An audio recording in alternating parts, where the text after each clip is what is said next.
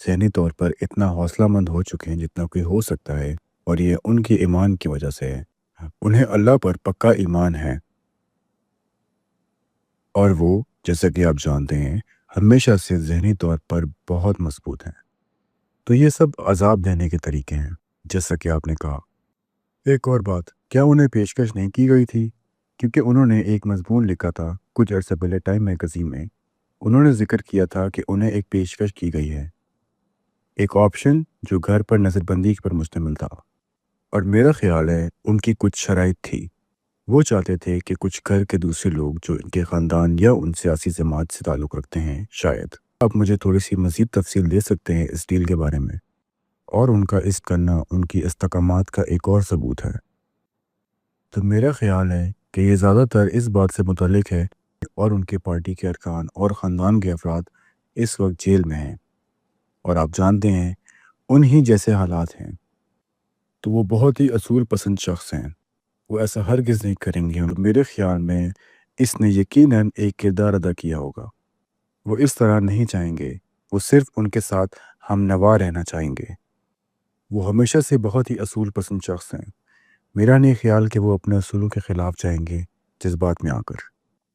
آپ لوگوں نے ان سے کیا کہا ہے؟ جیسے کہ میں صرف تصور کر رہا ہوں کہ اگر میرے والد ہوتے یا کوئی رشتہ دار ایسی صورتحال میں ہوتا تو میں اس سے اصرار کر رہا ہوتا، کیونکہ آپ لوگ لندن میں پیدا ہوئے اور لندن میں ہی رہتے ہیں، تو آپ پاکستانی پولیٹکس سے دور ہیں، اور اگر میں آپ کی جگہ ہوتا تو میں اپنے والد کو قائل کر رہا ہوتا کہ وہ کچھ بھی کر کر جیل سے نکلیں، صرف اپنی آزادی دوبارہ حاصل کرنے کے لیے۔ تو کیا آپ لوگوں نے کوشش نہیں کی انہیں قائل کرنے کی، یہ کرنے کے لیے؟ تو اصل میں جب میں چھوٹا تھا مجھے ان کا سیاست میں ہونا ناپسند تھا، میں بس بہت زیادہ چاہتا تھا کہ وہ بس کرکٹ پر تبصرہ کریں یا تجزیہ کریں، یا لندن میں ایک آسان زندگی گزاریں سیاست سے باہر، لیکن یہ واقعی ان کا ایک جذبہ ہے، اور میرا نہیں خیال کہ وہ مطمئن محسوس کریں گے اگر وہ نہ کریں جو وہ سب کر رہے ہیں۔ مجھے نہیں لگتا کہ وہ خوش ہوں گی اگر وہ صرف زندگی گزار رہے ہوں آرام سے لندن میں۔ ہاں، کیونکہ میرا خیال ہے کہ وہ چاہتے تو جلا وطنی اختیار کر لیتے جو وہ کر سکتے تھے، وہ آسانی سے ایک معاہدہ کر سکتے تھے سیاسی نقطہ نظر سے۔ مجھے یقین ہے کچھ مخصوص مطالبات ہوں گے ان کے، سب سے آسان یہ ہے، اور یہ میں خود کہہ رہا ہوں ظاہری طور پر، یہ میرا ذاتی رائے ہے، لیکن ان کا بولنا فوج کی حمایت میں مثال کے طور پہ یا پھر مخالف سیاسی جماعت کو، یہ صرف ایک مثال ہے ان کی کئی چیزوں کو جو وہ اپنی آزادی حاصل کرنے کے لیے کر سکتے ہیں، لیکن میرا خیال ہے کہ ان کی یہ خلاف ورزی ہی وجہ ہے کہ وہ جیل میں ہیں۔ اور کیا آپ اب بھی، مجھے معلوم ہے کہ آپ نے کہا تھا یہ سوال سلیمان کے بعد آپ سے بھی کیا گیا، لیکن کیا آپ اب بھی انہیں قائل کرنے کی کوشش کرتے ہیں سچ چھوڑ دیں، یا آپ نے اب اس کوشش کو چھوڑ دیا ہے؟ نہیں، میرا مطلب میں ذاتی طور پر نہیں کہوں، کہ مثال کے طور پہ آپ ان کے بیٹے ہیں اور وہ صرف آپ سے ہی بات کرتے ہیں، تو جب آپ ان کے ساتھ زیادہ تر وقت کسی نہ کسی انداز میں گزرتا ہے۔ جب ہم چھوٹے تھے ہم ان کے ساتھ کرکٹ کھیلتے تھے، اب فلمیں دیکھنا، جو کچھ بھی ہو، آدھا وقت جو گزارا ہے انہوں نے ان کی حکمرانی پر لیکچر دینے میں گزارا ہے یا پاکستان میں۔ وہ وجوہات جن کی وجہ سے انہوں نے سیاست میں قدم رکھا ہم انہیں بہت اچھے سے جانتے ہیں، اور یہ سب ان کے خلاف ہوگا۔ وہ ہر بات جو وہ سکھاتے ہیں، اچانک یہ کہنا کہ میں ہار مان رہا ہوں اور میں ایک آسان زندگی گزارنے جا رہا ہوں، یہ ان کی فطرت میں نہیں ہے۔ ان کا ایک ہی جذبہ ہے کہ وہ کوشش کریں اور پاکستانی عوام کی مدد کریں، اور اس وقت پاکستان شدید بحران کا شکار ہے۔ وہ اس مقصد کے لیے پوری طرح وقف ہیں، اور جیسا کہ آپ جانتے ہیں وہ ہار نہیں مانیں گے، اور وہ ہمیشہ سے یہی چاہتے تھے کہ آپ لوگ سیاست سے دور رہیں۔ کیا یہ درست ہے؟ جی ہاں، میرا یہ خیال ہے۔ دراصل اگر آپ غور کریں، پاکستان کی دو بڑی سیاسی جماعتوں پر ایک روایت قائم ہے جو خاندانی سیاست کی صورت میں ہے، جو کہ غالب ہے دو مختلف خاندانوں پر، لہٰذا وہ ہمیشہ سے نہیں چاہتے کہ ان کی سیاسی جماعت اس روایت کی پیروی کرے، اور جی ہاں، لہٰذا میں ذاتی طور پر کبھی نہیں چاہتا کہ وہ پاکستان کی سیاست میں شامل ہوں، اور میرا نہیں خیال کہ وہ یہ چاہتے ہیں کہ ہم بھی سیاست میں آئیں۔ جی ہاں، مجھے علم ہے قاسم، آپ بھی اسی طرح کی پوزیشن میں ہیں، میں شامل نہیں ہونا چاہتے، آپ ایک بہت کامیاب کاروباری شخصیت بھی ہیں، تو آپ کے پاس ایک سیاست سے ہٹ کر بھی زندگی ہے، اور اس بات سے کچھ حد تک ظاہر ہوتا ہے کہ شاید آپ کو میرے اگلے سوال کا جواب معلوم ہو کہ آپ یہ انٹرویو اب کیوں اور اس وقت کیوں دے رہے ہیں۔ تو سب سے بڑھ کر ہم نے آزمایا ہے جس کے بارے میں ہمیں لگے کہ وہ انہیں باہر نکالنے میں مدد کر سکتا ہے۔ ہم نے کبھی نہیں سوچا تھا کہ وہ اتنے عرصے تک اندر رہیں گے جتنا وہ اب تک رہ رہے ہیں۔ لہٰذا ہم کسی حد تک ان راستوں سے مایوس ہو چکے ہیں، اور ہم نے فیصلہ کیا ہے کہ ٹھیک ہے، اب واحد راستہ یہ ہے کہ کوئی عملی اقدامات لیا جائے کہ سامنے آ کر عوام کا خیال ہے۔ میں آپ کا شکر گزار ہوں کہ آپ نے اجازت دی کہ ہم یہاں اس معاملے پر بات کر سکیں۔ جو ہم چاہتے ہیں وہ ہے پاکستان کی طرف سے بین الاقوامی دباؤ، کیونکہ اس وقت عمران خان ایک غیر انسانی زندگی گزار رہے ہیں۔ وہ نہیں دے رہے انہیں بنیادی انسانی حقوق، وہ واقعی میں کسی بھی طور پر کافی اقدامات نہیں کر رہے، اور جو ہم چاہتے ہیں وہ ہے عالمی دباؤ۔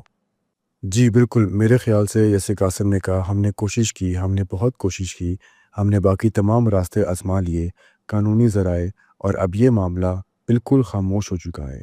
ایسا لگتا ہے یا کم از کم صورتحال بہت خاموش ہو گئی ہے، اور آپ جانتے ہیں یہ صرف بنیادی طور پر انسانی حقوق کی بات ہے، نہ صرف ہمارے والد کی بلکہ دیگر سیاسی قیدیوں کے لیے بھی، کی جمہوریت کی بحالی کے لیے بھی، ہمارے اپنے ذاتی فوائد سے ہٹ کر۔ جی ہاں، یقیناً آپ کے ذاتی فوائد ہیں، یہ آپ کے والد ہیں، اور دیکھیں، بس بین الاقوامی برادری کو سمجھانے کے لیے کہ پاکستان میں صورتحال کس قدر سنگین ہے۔ پاکستان کی آبادی کتنی ہے؟ تقریباً 200 ملین، میرے مطابق شاید ہو 200 ملین سے بھی زیادہ۔ تو بڑی فوجی طاقت، جہاری ہتھیار بھی ہیں، بڑی معیشت بھی ہے۔ بہت سے لوگ یہ نہیں سمجھتے کہ کس طرح پاکستان جمہوریت کی حمایت کرنے والا ملک ہے، اور یہ میں اپنی ذاتی رائے پیش کر رہا ہوں۔ میں جمہوریت اور ایک بڑا وکیل ہوں۔ پاکستان میں جو ہوا ہے، ایکس کو لفظی طور پہ ممنوع کر دیا گیا ہے، مکمل طور پہ ممنوع کر دیا گیا ہے۔ مظاہرین پر ہلاکت، آپ کے والد کا نام ٹی وی سے منع کر دیا تھا، ریڈیو اسٹیشن اور سوشل میڈیا سے بھی۔ یقین کریں، کوئی ان کا نام بھی نہیں لے سکتا تھا۔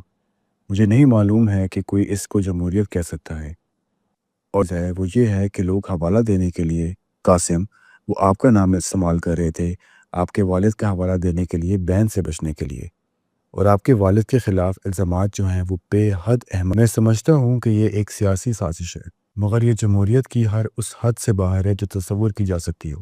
میرا مطلب ہے، میں کافی ہے برازیل کی بھی، حالانکہ برازیل میں اس حد تک کچھ بھی نہیں ہوا جو پاکستان میں کیا جا رہا ہے۔ تو یہ سب کافی افسوسناک ہے، جس سب سے آپ کے والد گزر رہے ہیں اور جس سب سے ملک گزر رہا ہے۔ اور میں پھر یہ اپنی رائے بتا رہا ہوں، اور میں جانتا ہوں کہ آپ اس انٹرویو پر آئے ہیں سیاست سے دور اور اپنے والد کے بارے میں زیادہ بات کرنے کے لیے، لیکن میں ان کو جو سن رہے ہیں اور جو پکے ہیں یہ بتانا چاہتا ہوں کہ اس ملک میں کیا ہو، والد کی لڑائی کتنی اہم ہے۔ آپ نے پاکستان پر بین الاقوامی دباؤ کے بارے میں بات کی، اور ہم نے گزشتہ سال کے آخر میں ایسا کچھ ہوتے دیکھا، اور اب یہ بات کافی دب چکی ہے، مجھے نہیں پتا کیوں۔ میں رچرڈ گرینل کے بارے میں بھی بات کرنا چاہتا ہوں، جو کہ ٹرمپ انتظامیہ کے ایک خصوصی سفیر ہے۔ اس نے بنیادی طور پر آپ کے والد کی رہائی کے لیے، مجھے لگتا ہے گزشتہ سال کا آخر چل رہا تھا، انتخابات کے بعد، ٹرمپ کے انتخابات جیتنے کے بعد، اس نے کہا ہے کہ معذرت، میرا پہلے آپ سے سوال یہ ہے کہ اس حوالے کو پڑھنے سے پہلے کیا آپ کی کبھی بات ہوئی ہے رچرڈ سے، ان کے اس بیان سے پہلے یا بعد میں؟ تو ہم رچرڈ کے کافی شکر گزار ہیں، ان کی ساری حمایت، اور میں نے ان کی ٹویٹ دیکھ، ہم نے اس کے ساتھ ذاتی طور پر کوئی رابطہ نہیں کیا ہے۔ میں ان کی ٹویٹ پڑھ کے سناتا ہوں۔ یہ ٹویٹر پہ رچرڈ ہے، یہ پچھلے سال نومبر کے قریب کی تھی۔ دیکھو پاکستان، جھوٹے الزامات پر جیل میں ٹرمپ جیسے رہنماؤں کو اور عوام کو امریکی کی سرخ لہر سے متاثر کیا گیا ہے۔ دنیا بھر میں سیاسی کارروائی کو روکو۔ سب سے پہلے وہ کہتا ہے، اور میں نے کیا کہ لوگوں کو عمران خان کی شخصیت کے متعلق کروں۔ میں نے ان کا صدر ٹرمپ کے ساتھ بھی بہت موازنہ کیا، وہ ایک ہی طرح کے سیاسی ہدف سے گزرے ہیں۔ ٹرمپ نے فتح حاصل کی اور اب وہ صدر ہے، لیکن میں ہے۔ اس ٹویٹ میں رچرڈ کی خصوصیت پر آپ کا کیا خیال ہے؟ مجھے یقیناً یہ لگتا ہے کہ قانون سازی میں اور جس طرح نشانہ بنائے گئے، دونوں ایک ہی ہیں۔ جی ہاں، میں سمجھتا ہوں میں یہ ٹھیک سمجھتا ہوں۔ اس کے بارے میں جو وہ کہتا ہے کہ انہیں جھوٹے الزامات کہتے ہیں اور یہ بھی کہتے ہیں کہ لوگوں کو اس سے متاثر کیا گیا ہے امریکی سرخ لہر سے، اور وہ اسے سیاسی کارروائی کہتے ہیں، جس کا آپ نے پہلے بھی ذکر کیا ہے۔ کیا آپ کہیں گے کہ یہ رچرڈ کی طرف سے ایک صحیح خصوصیات ہے؟ اور اس کے علاوہ ٹرمپ انتظامیہ میں دوسروں کے لیے آپ کا کیا پیغام ہوگا؟ ٹرمپ اور ایلان کو بھی شامل کر کے وہ ان کی مدد کے لیے کیا، اگر کوئی چیز آپ کے والد کی مدد کرنے کے لیے؟ تو مجھے لگتا ہے کہ یقینی طور پر یہ ایک منصفانہ خصوصیت ہے جب پاکستانی سیاست کی بات آتی ہے۔ 100% وہ غلط الزامات ہیں، بڑھائے ہوئے الزامات، جو کوئی بھی تھوڑا سا دیکھے گا اس کو بھی دکھ جائے گا۔ ایک پیغام یہ ہے کہ ٹرمپ انتظامیہ کے لیے، اور ہم کسی بھی حکومت سے مطالبہ کریں گے جو آزاد اظہاری اور مناسب جمہوریت کی حمایت کرتی ہے، کہ وہ ہمارے والد کی آزادی کی دعوت میں، اور خاص طور پر دنیا کے سب سے طاقتور رہنما بھی۔ میرا مطلب ہے، جی ہاں، میں مکمل طور پر اتفاق کرتا ہوں۔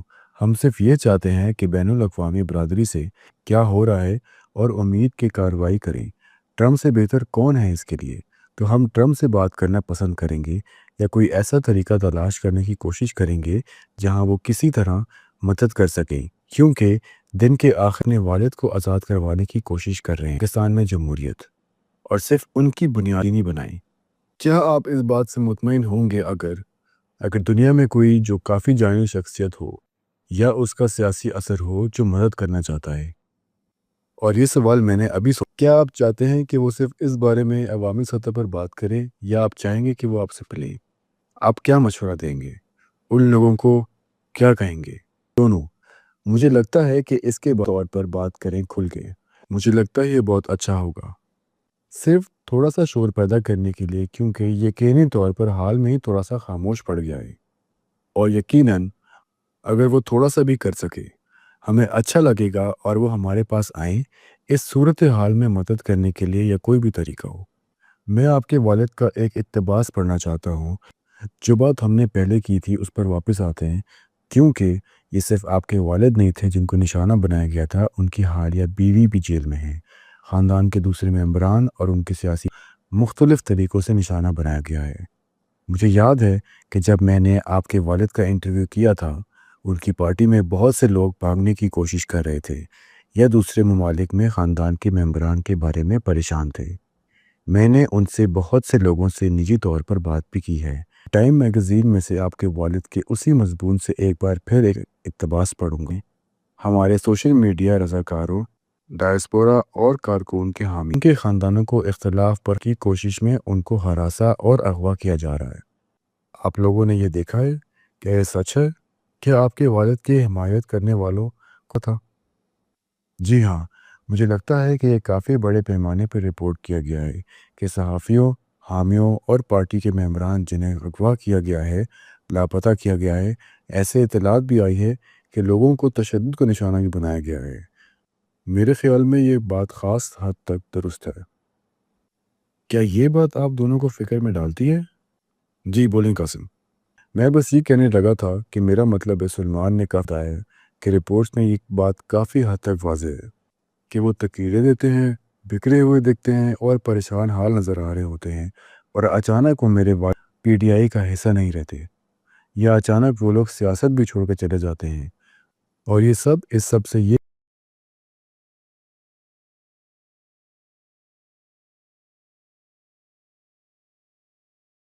حد تک صاف ظاہر ہے۔ کیا یہی وجہ ہے؟ میں نے آپ سے پہلے بھی پوچھا تھا کہ آپ عوامی طور پر بات کیوں نہیں کر رہے ہیں۔ آپ نے پہلے کبھی نہیں کی، اس کی کیا وجہ ہے؟ اور آپ تھوڑا سا شاید اپنے والد کی گرفتار کے ابتدائی دنوں کی وضاحت کر سکتے ہیں۔ آپ تب کہاں تھے جب آپ نے اس بارے میں سنا تھا؟ آپ کے دماغ میں پہلی چیز کیا آئی تھی؟ کیا آپ کو اس کے ہونے کی توقع تھی؟ میں جانتا ہوں کہ آپ نے پہلے بھی کہا تھا کہ آپ کو توقع نہیں تھی کہ اتنا وقت گزر جائے گا۔ میں جاننا چاہتا ہوں کہ آپ نے پہلے اور جب وہ پہلی دفعہ گرفتار ہو کر چھٹ گئے تھے تو اس کی وجہ سے بڑے پیمانے پر احتجاج کیے گئے تھے، اور وہ پھر گرفتار ہو گئے، اور لوگ آہستہ آہستہ خاموش ہو گئے۔ ہم ہمیشہ سے کافی نجی لوگ رہے ہیں۔ یہ بات واپس اس نقطے پر آتی ہے جو ہم پہلے بھی بات کر رہے تھے، کہ ہمارے والد نے کبھی نہیں چاہا کہ ہم پالیٹکس میں آئیں۔ ہمیں خود بھی اس میں دلچسپی نہیں تھی، اس لیے یہ فیصلہ ٹھیک لگا کہ ایک زیادہ سکون زندگی گزر جائے۔ اور انگلینڈ میں رہنے کے لیے یہ ایک اچھا پہلو تھا کہ ہمیں عوام کی آنکھوں میں زیادہ نہیں رہنا پڑتا تھا۔ لیکن مجھے بہت اچھی طرح یاد ہے جب ان کی گرفتاری ہوئی۔ اس وقت میں اپنی زندگی کی سب سے بڑی اپنی نوآماز کاروبار کے لیے، میفو کے لیے، میں اسٹیج پر جانے والا تھا لوگوں کے سامنے بولنے کے لیے، اور جب میں تیاری کر رہا تھا تقریباً 1 گھنٹہ 1.5 گھنٹہ پہلے میرے کاروباری ساتھی کا اچانک سے رنگ اڑ گیا اور اس نے مجھے اپنا فون دکھایا۔ میں نے دیکھا کہ میرے والد گرفتار ہو گئے ہیں۔ اس وقت یقیناً ہم اس قسم کی چیزوں سے آسانی سے گزر جاتے ہیں۔ ہم نے انہیں گولی لگتے ہوئے دیکھا ہے، ہم نے انہیں پہلی بار گرفتار ہوتے دیکھا ہے، انہوں نے ہمیں خود بیٹھ کان میں معاف لا رہے ہیں، تو ہم ان سب چیزوں کے عادی ہو گئے ہیں۔ جب یہ ہوا مجھے یاد ہے کہ میں صرف یہ سوچ رہا تھا کہ میری سپیچ کتنی معمولی لگ رہی ہے، حالانکہ اس وقت کے لیے میری زندگی کی سب سے بڑی تقریر تھی۔ میں اسٹیج پر گیا لیکن میرا دھیان سارا ادھر تھا۔ میں کچھ الفاظ بھول گیا لیکن پھر بھی ٹھیک ٹھاک گزر گیا۔ لیکن سب سے زیادہ جو بات مجھے یاد ہے وہ یہ تھی کہ جب یہ ہوا اندازہ نہیں تھا کہ کتنا لمبا چلے گا۔ مجھے لگا تھا 1 مہینہ 2 مہینہ زیادہ سے زیادہ، لیکن اب تقریباً 2 سال ہونے کو ہیں اور وہ پورے وقت انفرادی قید میں ہیں۔ تو ہاں، یہ سب کچھ کافی وحشیانہ رہا ہے۔ سلیمان، اس کی کیا امیدیں تھیں اور آج ہم جہاں ہیں اس کے بارے میں آپ کیا کہیں گے؟ ہاں، مجھے بھی یاد ہے، لیکن میں اس وقت اور میرا اپنا رد عمل تھا۔ مجھے اس نے اتنا حیران نہیں کیا کہ کچھ دن پہلے ہی میری ان سے بات ہوئی تھی اور انہوں نے مجھے بتایا تھا کہ یہ ممکن ہے کہ انہیں گرفتار کیا جا سکتا ہے، لیکن اس سے پہلے بھی اسی سال انہیں گرفتار کیا گیا تھا، 9 مئی یا اس کے بعد کے احتجاج کے دوران، اور پھر کچھ دنوں بعد انہیں چھوڑ دیا گیا تھا۔ تو مجھے امید تھی کہ اس دفعہ بھی ویسے ہی ہوگا، اور میں تو بالکل بھی اس امید میں نہ تھا کہ لگ بھگ 2 سال بعد بھی انہیں یہ پیشکش کب پیش کی گئی تھی۔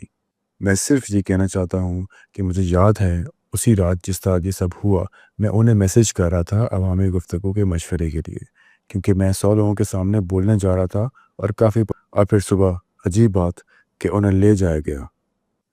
یہ واقعی دل توڑ دینے والی بات ہے جو آپ لوگوں کے ساتھ ہو رہا ہے، اور سب سے پہلے تو میں عزت کرتا ہوں خاص کر پاکستانی سیاست کے حوالے سے، جہاں ہمیشہ بچوں کو تیار کیا جاتا ہے کہ وہ اپنے والد کے نقش قدم پر چلیں۔ پاکستان میں ہمیں دہائیوں سے یہ روایت چلتی دیکھی ہے۔ عمران خان نے آپ دونوں کو سیاست سے دور رکھا ہے، آپ کی حفاظت کی۔ یہ بہت قابل تعریف کی بات ہے کیونکہ پاکستان کی سیاست بہت ہی خطرناک ہے، اور آپ دونوں جتنے متوازی ہو وہ بھی بہت قدر کی بات ہے۔ جو ہم ملے تھے قاسم، تم مذاق میں بھی کہہ رہے تھے کہ تم واقعی بہت عاجز ہو۔ آپ دونوں اپنے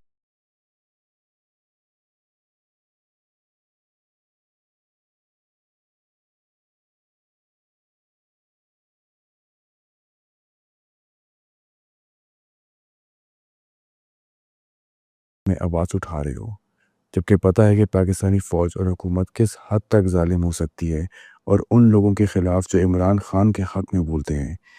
یہ بہت ہمت والی بات ہے اور میں اس بات سے دل کا احترام کرتا ہوں۔ میں یہ بھی پوچھنا چاہتا ہوں کہ جب انہیں گھر میں نظر بندی کی پیشکش دی گئی تھی جیل سے نکلنے کے لیے، تو کیا آپ نے انہیں مشورہ کیا تھا؟ کیا انہوں نے کبھی پوچھا تھا کہ کیا یہ ڈیل ایکسیپٹ کر لینی چاہیے یا یہ فیصلہ ہمیشہ ان کا اپنا تھا؟ اور کیا گھر میں کسی اور فرد سے اس فیصلے پر مشورہ کیا ہو؟ مجھے نہیں لگتا کہ وہ کبھی ایسی ڈیل لیں گے۔ میں انہیں ایسے فیصلے کرتے ہوئے دیکھ ہی نہیں سکتا کہ وہ صرف اپنی جان بچانے کے لیے کریں۔ وہ بہت زیادہ اصولوں کے ساتھ چلنے والے انسان ہیں۔ جیسے کہ میں نے پہلے بھی کہا، جب تک ان کا مشن پورا ہو رہا ہے وہ مطمئن ہے، اور مجھے نہیں لگتا کہ وہ کسی ڈیل کو قبول کریں گے جب تک ان کے حامی بھی جیل میں ہیں۔ ان کی طرف سے مجھے نہیں لگتا کہ وہ گھر چلے جائیں گے اور بیٹھ جائیں گے جبکہ باقی لوگ جیل میں ہوں گے۔ اور ایک اور بات جو لوگ واقعی جاننا چاہیں گے وہ یہ ہے کہ آپ کے والد کے ساتھ کالز ہوتی تھیں، ان میں آپ لوگ کس چیز پر بات کرتے تھے؟ کیا وہ کوئی دھیانی باتیں کرتے تھے؟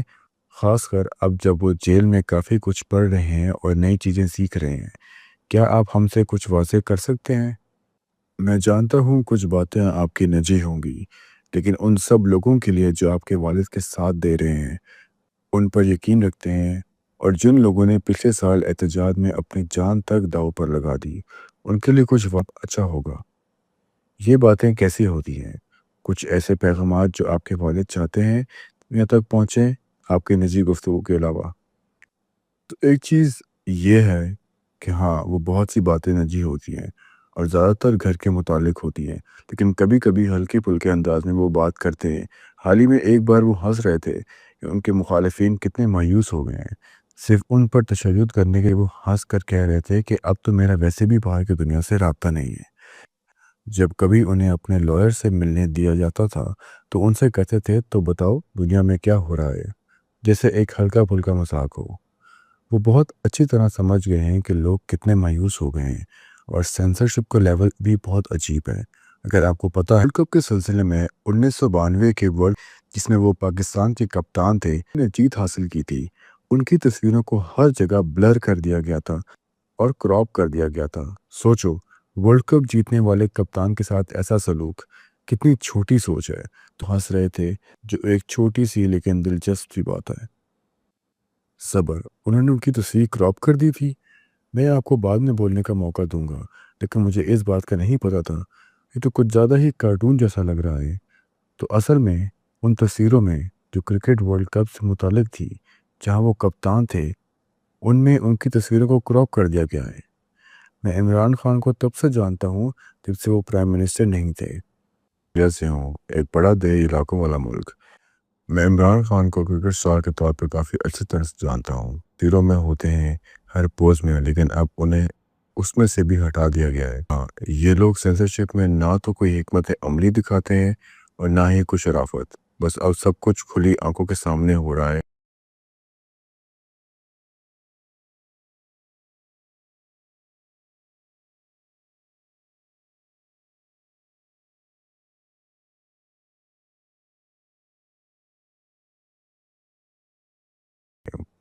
سلیمان، شاید آپ سے بھی یہی سوال ہے، ان گفتگو کا کیا لہجہ ہوتا ہے اور آپ کے والد کا حال کیا؟ اب تک جو آپ نے بتایا ہے اسے صرف یہی لگتا ہے کہ وہ صرف مضبوط نہیں بلکہ برداشت زیادہ مضبوط ہے۔ یہ برداشت ہی نہیں کر رہے بلکہ مخالف پارٹی کی مایوسی۔ ہاں، مطلب جیسے کہ میں نے پہلے بھی کہا، نہیں ہے جو اپنے حالات کے بارے میں شکایت کرے۔ مجھے پورا یقین ہے کہ ان کے لیے بہت مشکل ہوگا، جیسا ان کی کوٹری اتنی چھوٹی ہے اور 10 دن کے لیے رکھا گیا ان کو اندھیرے۔ یہ ایک بے رحم عزت کا طریقہ ہے، بہیمانہ تشدد کا طریقہ بھی ہے۔ ان کو کسی سے رابطہ کرنے کی اجازت نہیں ہے اور آپ کی فون کالز بھی 20 منٹ کے بعد کاٹ دی جاتی ہیں۔ یہ ایک شرمناک سلوک ہے جو ان کے ساتھ کیا جا رہا ہے۔ وہ لوگ جنہوں نے سنگین جرائم کیے ہیں، جو کہ ظاہر ہے کہ آپ کے والد ان کے نزدیک بھی نہیں آتے۔ لیکن معذرت کہ میں نے آپ کی بات کاٹی سلیمان، وہ ایک مثبت رویے سے محسوس کرتے ہیں۔ میرا خیال ہے کہ وہ واقعی محسوس کرتے ہیں کہ وہ پہلے تقریباً 2 سالوں سے وہاں ہیں۔ انہوں نے زیادہ سیکھا ہے اور حکمت عملی کے لحاظ سے بھی۔ آپ جانتے ہیں انہوں نے واقعی ایک اچھا لائے عمل تیار کیا ہے کہ وہ مستقبل میں کیا کرنا چاہتے ہیں۔ یہ خیال ہے کہ وہ ہمیشہ پر امید رہتے ہیں اور وہ اسے ایک بہترین سیکھنے کا موقع سمجھتے ہیں، جسے کہ آپ جانتے ہیں اگرچہ ظاہر ہے کہ یہ اصل میں کتنا مشکل ہے۔ جی ہاں، میں یہ کہنا چاہتا ہوں کہ وہ ہمیشہ سے بہت مطالعہ کرنے والے ہیں، لیکن اب ان کے پاس اتنا وقت ہے کہ وہ تاریخی شخصیت کے بارے میں پڑھ سکیں، گزشتہ قائدین کے بھی بارے میں اور ایمان کے بارے میں بھی، اور ان کا ماننا ہے کہ وہ پچھلے 2 سالوں میں پچھلے 20 سالوں سے زیادہ ترقی کر چکے ہیں، اور انہیں بالکل یہ الفاظ کہے ہیں کہ اس کے ساتھ ساتھ وہ ذہنی طور پر کتنے ترقی یافتہ ہوئے ہیں، اور وہ کہتے ہیں کہ روحانی طور پر بھی۔ جیسا کہ آپ جانتے ہیں کہ وہ یہ حکمت عملی بنا رہے ہیں کہ رہائی کے بعد پاکستان کے لیے کیا کر سکتے ہیں۔ تو ہاں، وہ ان چند لوگوں میں سے تب کے بعد بھی باہر امید کے ساتھ زیادہ مضبوط بن کر نکلیں گے۔ کیا آپ کو لگتا ہے کہ وہ واقعی باہر آئیں گے؟ میرا مطلب ہے یقیناً میں یہی، مگر ہم یہاں کیوں ہیں؟ اس کی وجہ یہ ہے کہ آپ جانتے ہیں ہمیں لگتا ہے کہ ہمارے پاس کے راستے محدود ہوتے جا رہے ہیں، اور جو چیز ہمیں سب سے زیادہ پریشان کر رہی ہے وہ یہ ہے کہ پاکستان پر خود دباؤ تھا، خبروں کا زور۔ آپ جانتے ہیں یہ سب حال میں ہی کافی حد تک ختم ہو گیا، یہ مدھم پڑ گیا ہے۔ تو ہم یہاں اس لیے ہیں کیونکہ ہم واقعی پریشان ہو رہے ہیں، فطری طور پر اس وقت بہت پریشان ہیں، یہاں تک کہ ان پر ایسے مقدمات قائم کرنے کی دھمکیاں دی گئی ہیں جس میں سزائے موت آپ جانتے ہیں اس لیے کر رہے ہیں۔ وجہ یہ ہے کیونکہ حالات آ رہے ہیں، لیکن جی ہاں، ہم امید کرتے ہیں، جی ہم صرف پر امید رہ سکتے ہیں۔ کیا وہ جانتے ہیں کہ آپ یہ انٹرویو کر رہے ہیں؟ جی ہاں، ہم نے ان سے پوچھا تھا۔ یہ وہ چیز ہے جس کے پیچھے وہ شاید نہ ہوں، اور یہ ہمیں بہت پریشان کر رہی تھی۔ وہ ہمیشہ چاہتے ہیں کہ ہم نجی زندگی گزاریں اور سیاست اور دنیا سے دور رہیں، لیکن ہم نے ان سے پوچھا، ایک کال پر پوچھا، اور ہم نے کہا کہ آپ کو کیا لگتا ہے کہ یہ ٹھیک ہوگا؟ ہم یہ کرنا چاہتے ہیں، ہم دیکھنا چاہتے ہیں کہ کیا ہم کچھ مدد کر سکتے ہیں، اور انہوں نے کہا کر لو۔ عمران خان سیاست سے باہر کیسے ہیں؟ ایک انسان کے طور پر وہ کیسے ہیں، اور ان کی وہ کون سی پہچان ہے کہ دنیا نہیں دیکھ پاتی ہے؟ وہ ایک بہت والد ہیں اس طریقے سے۔ آپ جانتے ہیں، ایک عجیب سے انداز میں، یعنی انہوں نے اپنی زندگی سیاست اور پاکستانی عوام کے لیے وقف کر دی ہے۔ اس طریقے سے ان کے ذہن میں لاکھوں بچے مجھے لگتا ہے کہ ہوں گے، لیکن انہیں جب بھی موقع ملتا ہے، انگلینڈ آتے تھے، ہم پاکستان جاتے تھے، تو وہ کسی طرح 2 ہفتے صرف ہمارے ساتھ گزارنے کے لیے نکال لیتے تھے، جو کہ ایک بہت مشکل کام ہے کسی اتنے مصروف آدمی کے لیے۔ احساس نہیں ہے کہ وہ آدھے سے زیادہ کافی کہہ لیں مزاحیہ انسان بھی ہیں، لیکن آج کل ہم انہیں کافی عرصے سے نہیں دیکھ پائے ہیں۔ میرا مطلب ہے، آخری دفعہ جب ہم نے انہیں دیکھا تو وہ اپنے لوگوں کے لیے، اپنے سپورٹرز کے لیے ایک ریلی کر رہے تھے، اور اس وقت ان کی جان کی لینے کی کوشش کی گئی تھی۔ لیکن یہ بات تھوڑی سی الگ ہے، جب ان کی جان لینے کی کوشش کی گئی اور انہیں ٹانگوں میں 3 گولیاں لگی تھیں، اور اگر ان کا ایک نیچے نہ کرتا تو انہیں سینے، اور وہ سپورٹر بدقسمتی سے واقعی میں اپنی جان گنوا بیٹھا۔ لیکن اس کے بعد ہم فوراً نکل گئے اور ان سے ملنے گئے، اور اس سفر کا اپنا ہی ایک سفر بھی تھا۔ ہم تقریباً 15 گاڑی، ایک بام پروف گاڑی میں تھے، وہاں ایک نقلی گاڑی بھی تھی، اور ایک گاڑی جس میں ڈیٹنیٹرز تھے جو پیچھے سے تیار تھی۔ جب ہم گھر پہنچے تو ہمیں یہ دیکھنا پڑا کہ ہمارے کھانے میں زہر نہ ہو۔ ہمیں کھڑکیوں سے دور رہنا پڑتا تھا کیونکہ سنائپر کا خطرہ تھا۔ ہر جگہ افراتفری تھی، سب کچھ انتہائی پریشانی سے بھرا تھا، اور یہ آخری مرتبہ تھا جب ہم نے انہیں دیکھا۔ یہ وہ آخری دفعہ تھا جب ہم ان سے ٹھیک سے مل پائے تھے اور بات کر پائے تھے، اور وہ اس وقت ویل چیئر میں تھے، گولیاں لگی ہوئی تھی، اور بہت عجیب لگتا تھا انہیں ویل چیئر میں دیکھنا، کیونکہ وہ عام طور پر ایک بھرکار شخصیت رہتے تھے، پھر بھی چلنے میں مشکل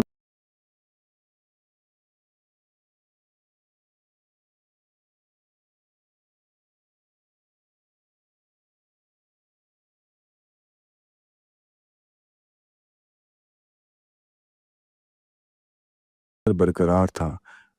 یہ آخری دفعہ تھا جب ہم نے انہیں حالی وقت میں دیکھا۔ اس سے پہلے بھی ہم ان سے زیادہ، مگر ہمارے ہو سکتا تھا، ہمیں دیکھنے کے لیے وقت نکالتے تھے۔ انہیں سال میں 7 یا 8 بھی مدتوں کے لیے وہ ایک نہایت وفادار واقعی نہیں لگتا کہ لوگ یہ واقعی سمجھتے ہیں۔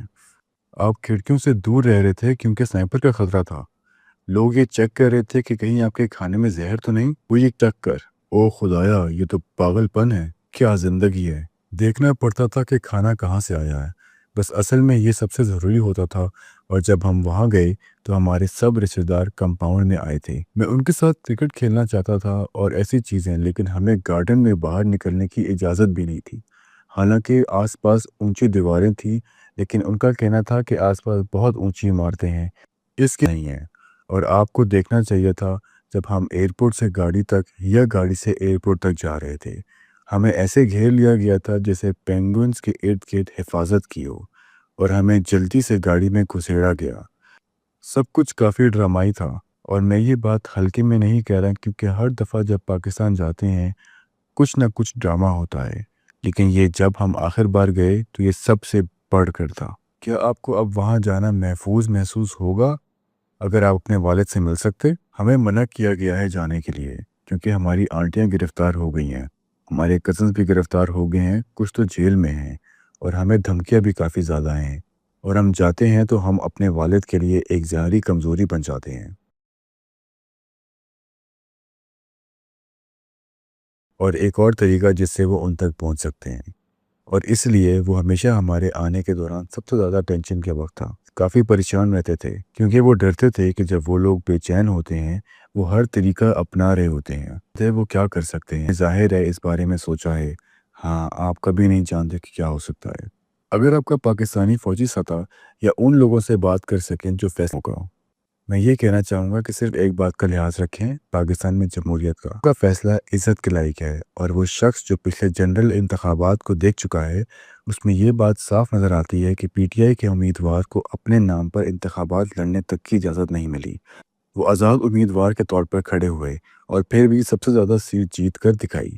یہی تھا، اور اس کے باوجود مختلف طریقوں سے جمہوری عمل کو روکنے کی کوشش کی گئی۔ تو میرا پیغام یہ ہے، جمہوریت کا احترام کریں، عوام کے فیصلے کا، اور پاکستان کو اس راستے پر چلائیں جہاں عوام کی آواز سب سے اونچی ہو۔ بالکل، جب آپ دیکھتے ہیں کہ پچھلے الیکشن میں جس طرح کے طریقے استعمال کیے گئے تو یہ سب کچھ کسی ڈیموکریسی کا حصہ نہیں لگتا۔ ایک ایسے تقریباً 40% لوگ غیر تعلیم یافتہ ہیں۔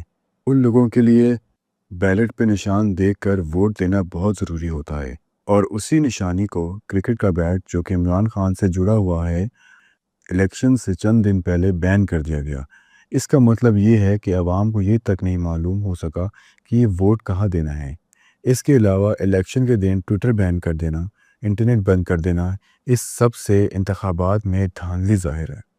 شاید یہ سب سے ظاہری دھاندلی انتخابی مداخلت جو میں نے کسی جمہوری نظام میں دیکھی۔ تمہارے والد قید میں ہیں کچھ الزاموں کی بنیاد پر، اور شاید میں آخری 2 سوال پوچھنے سے پہلے شاید سلیمان میں نے بات کی ہے کہ یہ الزامات کتنے بے معنی اور بے مطلب ہیں۔ کیا الزام لگائے ہیں تمہارے والد پر؟ ایسے کون سی باتیں ہیں جن کی وجہ سے وہ قید میں ہیں؟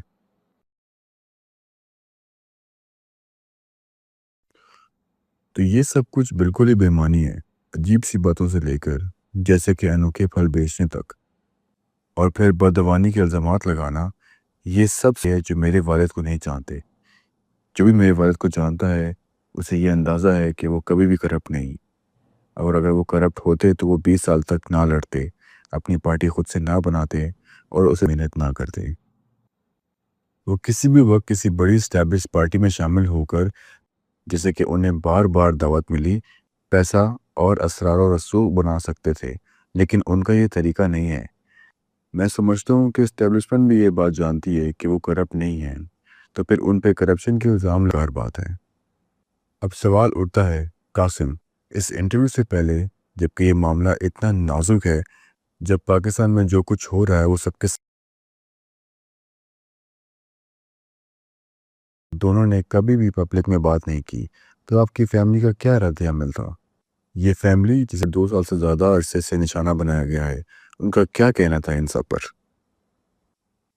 کچھ لوگ اس فیصلے کے پیچھے پوری طرح کھڑے تھے، لیکن کچھ کا رد عمل ملا جلا تھا۔ یہ اس بات پر انحصار کرتا ہے کہ آپ کس سے پوچھ رہے ہیں۔ آخر میں ہم نے انہیں یہ بات سمجھا دی کہ اگر اس کام میں تھوڑا سا بھی فرق اگر کسی طریقے سے ہم ان کی رہائی میں مدد کر سکیں، وہ انٹرنیشنل کمیونٹی سے گزارش کرنا ہو یا ٹرمپ جیسے کسی شخص سے بات کرنا ہو، تو یہ کوشش کرنا ضروری ہے۔ اگر تھوڑا سا بھی فرق پڑتا ہے تو یہ سب کچھ کرنا بہت قابل ہے۔ تو ہم خیرہ عوام میں دکھانے کے لیے تیار ہیں اس مقصد کے لیے۔ میرا آخری سوال آپ لوگوں سے یہ ہے، اگر یہ انٹرویو ان کے ساتھ ہو رہا ہوتا، اگر کسی طرح ہم ایک کیمرہ چھپ کر جیل میں لے کر لائیو ریکارڈ کر لیا ہوتا، تو وہ کیا کہتے؟ ان کا پیغام کیا ہوتا، خاص کر پاکستان کے لوگوں کے لیے اور باقی دنیا کے لیے؟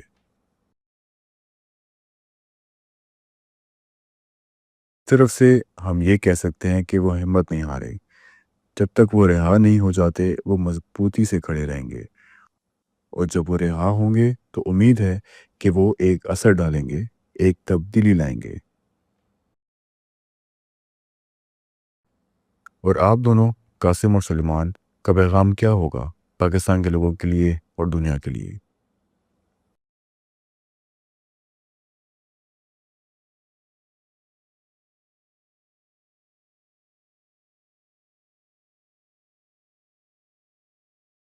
ہونا، وہ خود امید نہیں ہارے، انہوں نے ہار نہیں مانی، وہ جیل میں صرف بیٹھ کر وقت نہیں گزارے، وہ مستقبل کے بارے میں سوچ رہے ہیں، اور انہیں یقین ہے کہ تبدیلی آئے گی۔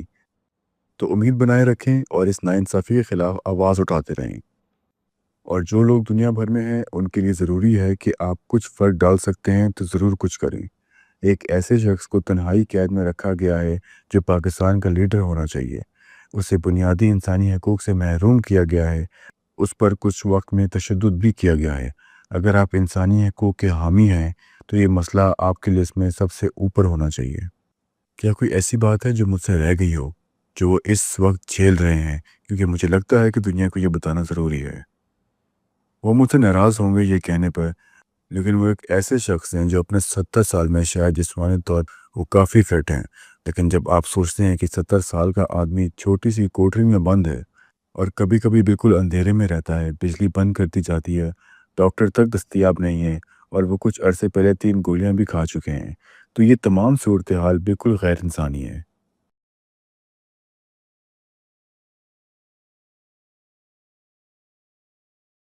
اور اگر میں اپنی بات ختم کروں تو یہ کہنا چاہوں گا کہ میں اکثر اپنے انٹرویوز میں کوئی موقف نہیں لیتا، لیکن کچھ حالات ایسے ہوتے ہیں جہاں خاموش رہنا ناانصافی ہوتی ہے۔